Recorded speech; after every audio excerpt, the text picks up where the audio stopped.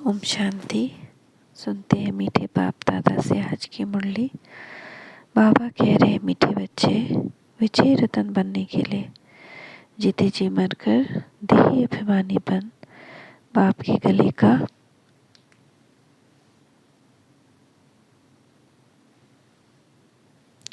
हार बनने का पुरुषार्थ करो। तो आप कहते हैं, प्रश्न है, स्वदर्शन चक्र का राज स्पष्ट होते हुए भी बच्चों में धारणा नंबरवार क्यों होती है? क्योंकि यह ड्रामा बहुत कायदे अनुसार बना हुआ है। ब्राह्मण ही 84 जन्मों को समझकर याद कर सकते हैं, लेकिन माया ब्राह्मणों की याद में विघ्न डालती है, घड़ी घड़ी योग तोड़ देती है। अगर एक समान धारणा हो जाए, सब सहज पास हो जाए, तो लाखों की माला बन जाए। इसीलिए राजधानी स्थापन होने के कारण नंबरवार धारणा होती है। ओम शांति। बच्चों ने गीत सुना। यह है मरजीवा पने का जन्म। मनुष्य जब शरीर छोड़ते हैं तो दुनिया मिट जाती है, आत्मा अलग हो जाती है। तो न मामा चाचा कुछ भी नहीं करते, कहा जाता है वह मर गया, अर्थात आत्मा जाकर परमात्मा से मिली। वास्तव में कोई जाते नहीं है मनुष्य, परंतु मनुष्य समझते हैं आत्मा वापस गई, यह ज्योति ज्योत में समाई। अब बाप बैठ समझाते हैं, यह तो बच्चे जानते हैं आत्मा को पुनर्जन्म लेना ही होता है। पुनर्जन्म को ही जन्म मरण कहा जाता है। पिछाड़ी में जो आत्माएं आती है, हो सकता है एक जन्म लेना पड़े, बस वह छोड़ फिर वापस चली जाएगी। पुनर्जन्म लेने का भी बड़ा भारी हिसाब किताब है। करोड़ों मनुष्य हैं, एक एक का विस्तार तो नहीं बता सकेंगे। अब तुम बच्चे कहते हो, हे बाबा, हमारी देह की जो भी संबंध है वे सब त्याग, अब हम तुम्हारे गले का हार बनने आए हैं, अर्थात जीते जी आपका होने आए हैं। पुरुषार्थ तो शरीर के साथ करना पड़ेगा, अकेले आत्मा तो पुरुषार्थ कर न सके। बाप सब बैठ समझाते हैं, जब रुद्र यज्ञ रचते हैं तो वहाँ शिव का चित्र बड़ा मिट्टी का बनाते हैं और अनेक शालिग्राम के चित्र मिट्टी के बनाते हैं। अब वह कौन से शालिग्राम है जो बनाकर फिर उनकी पूजा करते हैं? शिव को तो समझे कि ये परमपिता परमात्मा है, शिव को मुख्य रखते हैं।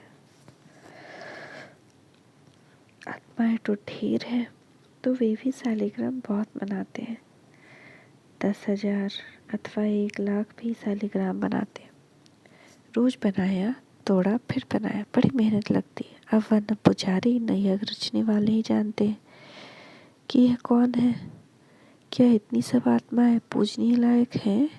नहीं। अच्छा समझो, भारतवासी के 33 करोड़ शालिग्राम बनाए, वह भी हो नहीं सकते, क्योंकि सभी तो बाप को मदद देते नहीं। यह बड़ी गुह्य बातें हैं समझने की। 4-5 लाख रुपया खर्च करते हैं रुद्र ज्ञान यज्ञ रचने में। अच्छा, अब शिव तो परमपिता परमात्मा ठीक है, बाकी शालिग्राम इतने कौन से बच्चे जो पूजे जाते हैं? इस समय तुम बच्चे ही बाप को जानते हो, मददगार बनते हो। प्रजा भी तो मदद करती है ना। शिव बाबा को जो याद करते हैं वह स्वर्ग में तो आ जाएंगे। फल ज्ञान किसको ना भी देवे तो भी स्वर्ग में आ जाएंगे। वह तो कितने ढेर होंगे, परंतु मुख्य 108 है। मम्मा भी देखो कितनी जबरदस्त रतन है, कितनी पूजी जाती है। अब तुम बच्चों को देह अभिमानी जरूर बनना है। जन्म जन्मांतर तुम देह अभिमानी रहे हो। कोई भी मनुष्य ऐसा नहीं कहेगा मैं आत्मा परमपिता परमात्मा की संतान हूँ। संतान है तो उनकी पूरी बायोग्राफी मालूम होनी चाहिए। पारलौकिक बाप की बायोग्राफी बड़ी ज़बरदस्त है। तो बच्चे कहते हैं, अब जीते जी मरकर बाबा हम आपके गले का हार जरूर बनेंगे।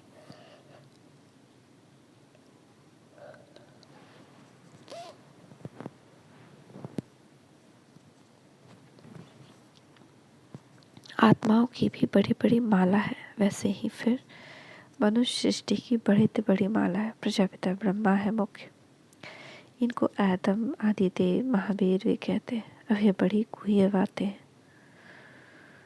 तुम समझते हो हम सब आत्माएं एक निराकार बाप की संतान है और यह मनुष्य सृष्टि का सारा सिजरा है, जिसको जीनोलॉजिकल ट्री कहा जाता है। जैसे सरनेम होता है ना, अग्रवाल, फिर उनके बच्चे पौत्रे अग्रवाल ही होंगे, सिजरा बनाते हैं ना।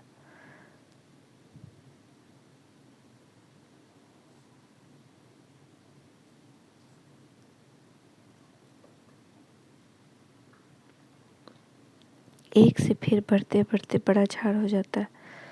जो भी आत्माएं है वह शिव बाबा के गले का हार है। वह तो अविनाशी है, प्रजापिता ब्रह्मा भी तो है। नई दुनिया कैसे रची जाती है? क्या प्रलय हो जाती है? नहीं, दुनिया तो गायब है। सिर्फ जब पुरानी होती है बाप आकर उनको नया बनाते हैं। अभी तुम समझते हो हम नए थे, नए थे। हमारी आत्मा पवित्र नहीं थी, प्योर सोना थी। उनसे फिर हम आत्माओं को जेवर भी सोना मिला, उसको काया कल्पतरु कहते हैं। यहाँ तो मनुष्य की एवरेज आयु 40 से 45 वर्ष रहती है, कोई कोई की करके 100 वर्ष होती है।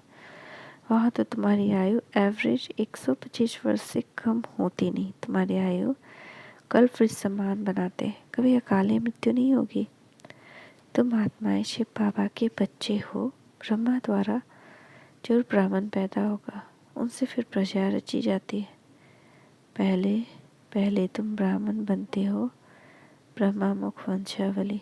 शिव बाबा तो एक है, फिर माता कहाँ? यह बड़ा गुह्य राज है। मैं इन द्वारा आकर तुम बच्चों को अडॉप्ट करता हूँ, तो तुम पुरानी दुनिया से जीते जी मरते हो। वह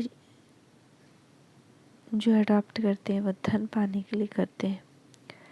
बाबा अडॉप्ट करते हैं, स्वर्ग का वर्षा देने के लायक बनाते हैं, साथ में ले जाएंगे। इसलिए इस पुरानी दुनिया से जीते जी मरना है। गृहस्थ व्यवहार में रहते पवित्र बन बाप का बनना है।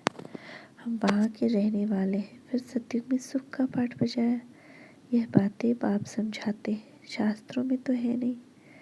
अब बाप बैठ तुम आत्माओं को पवित्र बनाते हैं, आत्मा की मैल निकालते हैं। तुमको ज्ञान का तीसरा नेत्र मिलता है। उन्होंने फिर तीसरे की कथा बैठ सुनाई है।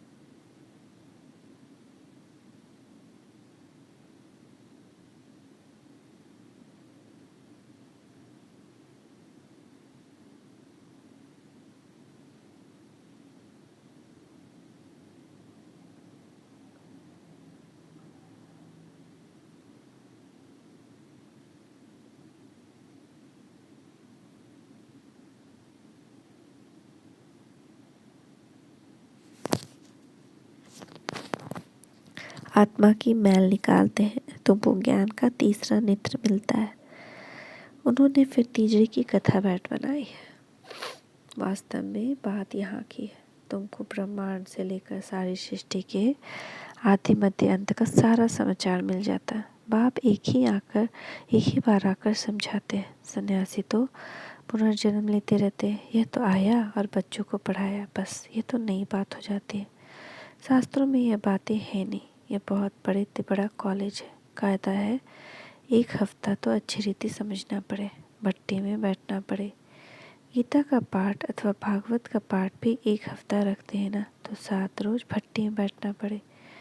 विकारी तो सभी हैं, भले सन्यासी घर बार छोड़ निर्विकारी बनते हैं, फिर भी जन्म विकार से लेकर फिर निर्विकारी बनने के लिए सन्यास करते हैं। कई पुनर्जन्म को भी मानते हैं, क्योंकि मिसाल देखते हैं। कोई बहुत वेद शास्त्र पढ़ते पढ़ते शरीर छोड़ते हैं तो उन संस्कारों अनुसार फिर जन्म लेते हैं। तो छोटेपन में ही शास्त्र अध्ययन हो जाते हैं। जन्म ले अपने को अपवित्र समझ, फिर पवित्र बनने के लिए संन्यास करते हैं। तुम तो एक ही बार पवित्र बन देवता बनते हो, तुमको फिर संन्यास नहीं करना पड़ता। तो उनका संन्यास अधूरा हुआ ना। यह बातें खुद भी समझा नहीं सकते, बाबा बैठ समझाते हैं। वह है उत्तम ते उत्तम। जितने तुम बच्चे बने हो, यह भी स्कूल भी है।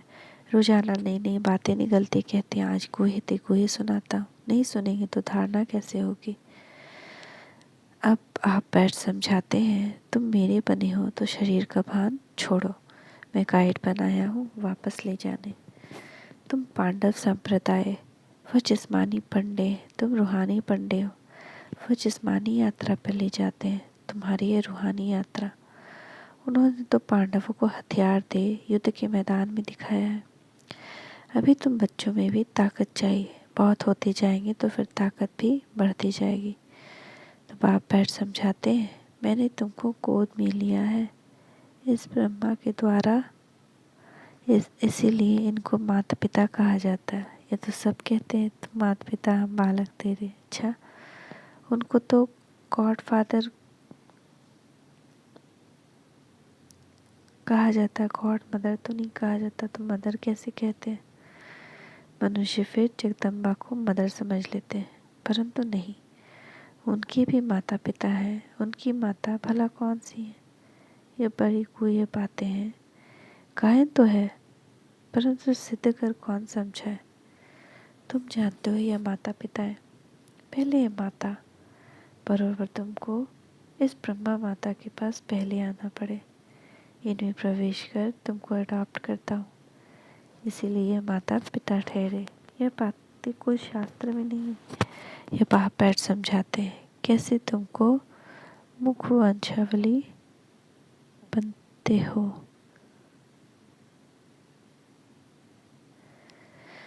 मैं ब्रह्मा मुख से तुमको रचता हूँ। कोई राजा है, कहेंगे मुख से तुमको कहता हूँ तुम मेरे हो, यह आत्मा कहती है, परंतु उनको फिर भी माता पिता नहीं कहेंगे। यह बड़ी वंडरफुल बात है। तुम जानते हो हम शिव बाबा के बने हैं, तो ये देह का भान छोड़ना पड़े। आत्मा, अपनी को आत्मा और शरीर समझना मेहनत का काम है। इसको कहा ही जाता है राजयोग और ज्ञान।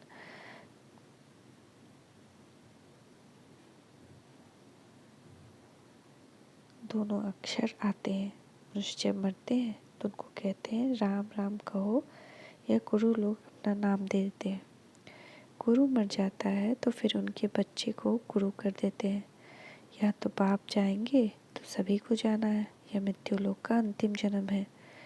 बाप हमको अमर लोक में ले जाते हैं, वह या मुक्ति धाम जाना है। यह भी समझाया जाता है जब विनाश होता है तो एक कलयुग का पुर नीचे चला जाता है और सतयुग ऊपर आ जाता है। बाकी कोई समुद्र के अंदर नहीं चले जाते। यह तो तुम बच्चे सागर के पास आते हो रिफ्रेश होने, यहाँ तुम सम्मुख ज्ञान डांस देखते हो। दिखाते हैं गोप गोपियों ने कृष्ण को डांस कराई। यह बात इस समय की है। जातक बच्चों के सामने बाप की मुरली चलती है। बच्चों को भी सीखना पड़े, फिर जो जितना सीखे समझना है। बेहद के बाप से स्वर्ग का वर्षा लो।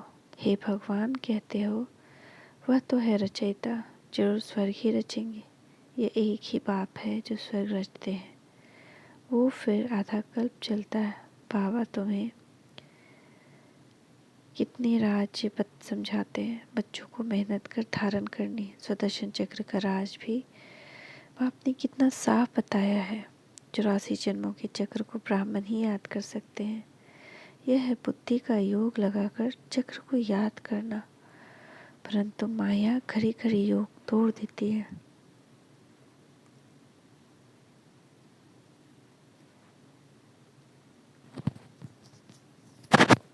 विघ्न डालती है। सहज हो तो फिर सब पास कर ले, लाखों की माला बन जाए। यह तो ड्रामा ही कायदे अनुसार है। मुख्य है हाथ, उनमें फर्क नहीं पड़ सकता। त्रेता के अंत में जितने प्रिंस प्रिंसेस हैं सभी मिलकर जरूर यहाँ ही पढ़ते होंगे। प्रजा भी पढ़ती होगी, यहाँ ही किंगडम स्थापन होती है। बाप ही किंगडम स्थापन करते हैं। कोई भी प्रिसेप्टर किंगडम नहीं स्थापन करते। ये बड़ा वंडरफुल राज है। सतयुग में लक्ष्मी नारायण का राज कहाँ से आया? कलयुग में तो राजा है नहीं, अनेक धर्म है। भारतवासी कंगाल है। कलयुग की रात पूरी हुई, दिन शुरू हुआ और बादशाही चली। यह क्या हुआ? अल्लाह वाल दिन का खेल दिखाते हैं ना, तो कारून के खजाने निकल आते हैं। तुम सेकंड में दिव्य दृष्टि से वैकुंठ दिखाते हो। माता पिता बाप दादा बच्चे सारी फैमिली इकट्ठी बैठी है। मीठे मीठे सिखिलते बच्चों प्रति माता पिता बाप दादा का याद प्यार और गुड मॉर्निंग। रूहानी बाप की रूहानी बच्चों को नमस्ते। रूहानी बच्चों की रूहानी माता पिता बाप दादा को याद प्यार गुड मॉर्निंग। नमस्ते बाबा नमस्ते, शुक्रिया बाबा शुक्रिया। धारणा के लिए मुख्य सार, बाप समान सभी को रिफ्रेश करने की सेवा करनी है। जातक बन ज्ञान डांस करनी और करानी है। इस शरीर का भान छोड़ पुरानी दुनिया से जीते जी मरना है। अशरीरी का अभ्यास करना है। स्वयं को स्वर्ग के वर्षे के लायक बनाना है। वरदान, देखिए बाप दादा का वरद हस्त अपने मस्तक के ऊपर। बाबा कह रहे हैं, होली के अर्थ स्वरूप में स्थित हो। मीठे बच्चे, होली के अर्थ रूप में स्थित हो। सच्ची होली मनाने वाले होलीस्ट हाईएस्ट बाबा।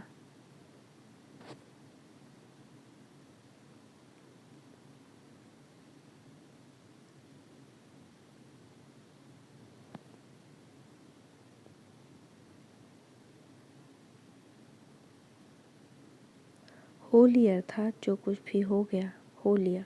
जो सीन हुई होली अर्थात बीत गई। बीती को बीती करने के लिए सदा ड्रामा की ढाल को यूज़ करो। होली का रंग पक्का तभी लगता है जब हर वक्त याद रहता है कि होली जो बीता हो गया। वह जब कभी ड्रामा की कोई भी सीन देखते क्यों क्या कैसे इन प्रश्नों में उलझते नहीं, सदा ज्ञान मंथन कर अपनी होलीस्ट और हाईएस्ट स्टेज बना लेते हैं। आज का स्लोगन है, सबसे बड़े धनवान वह है जिनके पास पवित्रता का सर्वश्रेष्ठ खजाना है। सबसे बड़े धनवान वह है जिनके पास पवित्रता का सर्वश्रेष्ठ खजाना है। ओम शांति ओम शांति ओम शांति। मनाए ओ ज्ञान पिचकारी चलाए, ओ सच्ची होली हम मनाए, ओ ज्ञान पिचकारी चलाए, ओ आओ हम खेलेंगे होली, हम आत्मा शुद्धि अब होली, ओ सच्ची होली हम मनाए।